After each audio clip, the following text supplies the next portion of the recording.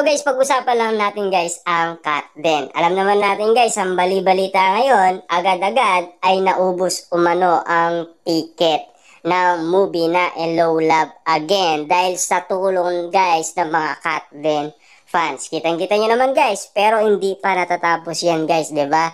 At least nakikita natin sila guys na napakasipag at pagod na pagod sa kanilang ginagawa dahil sobrang sipag nga naman nilang magtrabaho sa isa't isa.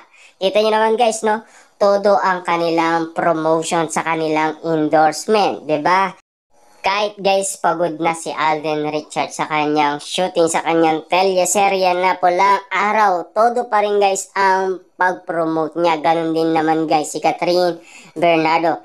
Kahit pagod na pagod yan guys sa kaka-exercise, at least kapansin-pansin guys na talagang cover girl na siya ng sikat na magazine at tuloy-tuloy guys ang trabaho ni Catherine Bernardo. Diba? Nagtatrabaho sila guys dahil nagbebenta nga naman sila ng ticket ng kanilang movie. Dahil gusto nga naman kasi guys matalo ng Kat din ang Donya. Babawiin yata guys talaga ang corona na sila naman talaga guys ang nauna.